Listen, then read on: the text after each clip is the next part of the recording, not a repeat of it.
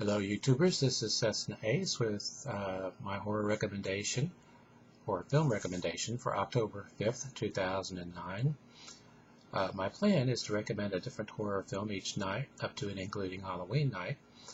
Now, the film that I have selected for this evening, some might classify it as a science fiction film, and yes, it is a science fiction film, but it could be just as easily classified as gothic horror.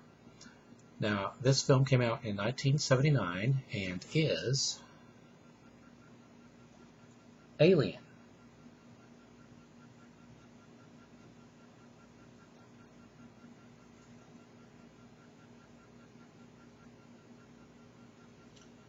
In space, no one can hear you scream.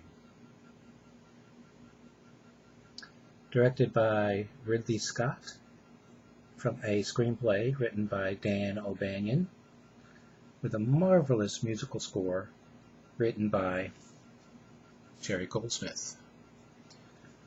Now, normally, well, at least what I've been doing lately, is reading the back of the jacket. Well, I'm going to spare you that torture, as I would bore you to tears reading all of that. If you haven't seen the film, I can't imagine anyone who hasn't, but if you haven't, it stars Tom Skerritt, Sigourney Weaver, Veronica Cartwright, Harry Dean Stanton, John Hurt, Ian Holm, and Yaphet Kotto. Now, there's a famous scene in this film which more than justifies the R rating in and of itself.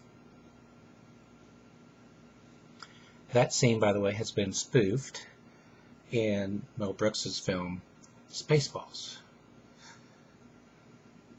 This is a fairly early Laserdisc release of this film, although not the earliest, I don't believe. This was released in 1992 by Fox Video.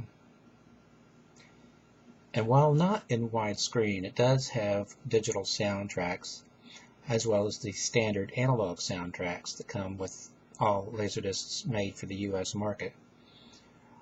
The analog soundtracks are encoded with CX noise reduction. That's what that symbol is beneath where it says digital sound.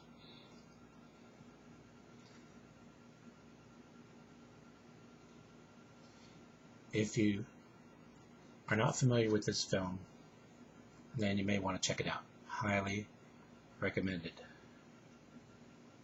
Alien.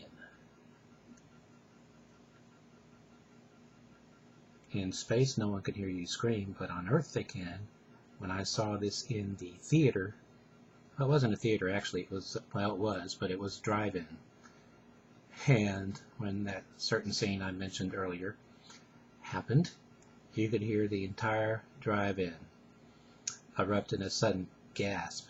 And I don't know, maybe it had something to do with the fact that the feature that accompanied this film, at least in that drive-in, before they showed this, they showed Disney's The Cat from Outer Space.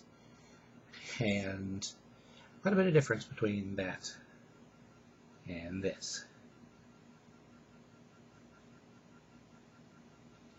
Until next time, stay awesome.